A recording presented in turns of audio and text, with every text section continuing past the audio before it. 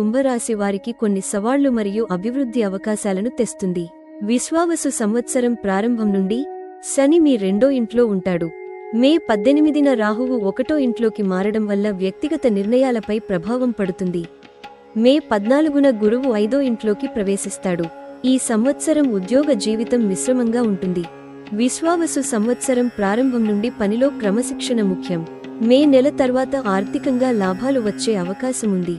సహోద్యోగుల నుండి జాగ్రత్తగా ఉండాలి. ఈ సంవత్సరం ఆర్థికంగా జాగ్రత్తగా ఉండాలి.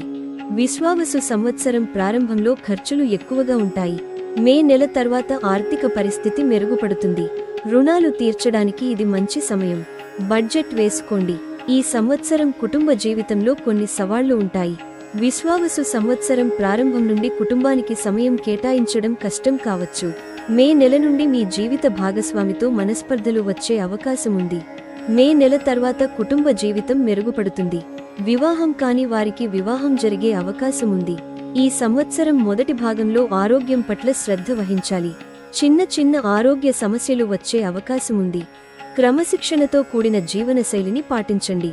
మే నెల తర్వాత మీ ఆరోగ్యం మెరుగుపడుతుంది. మానసికంగా ప్రశాంతంగా ఉండటానికి ప్రయత్నించండి. వ్యాపారంలో ఉన్నవారికి ఇది సవాళ్లు మరియు అవకాశాలు ఉన్న సంవత్సరం. విశ్వావసు సంవత్సరం ప్రారంభంలో కొత్త వ్యాపారాలు ప్రారంభించకపోవడం మంచిది.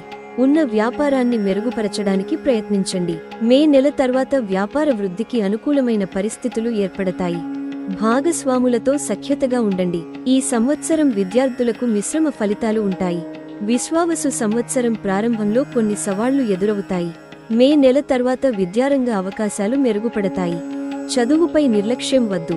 గురువులు మరియు పెద్దల సలహాలు పాటించండి. ఈ సంవత్సరం శని, రాహు మరియు కేతువులకు పరిహారాలు చేయటం మంచిది. శని స్తోత్రం, రాహువుకు పూజ లేదా రాహు స్తోత్రం, కేతు సంబంధ స్తోత్రాలు చదవటం మరియు గురు స్తోత్రం పారాయణం చేయటం మంచిది.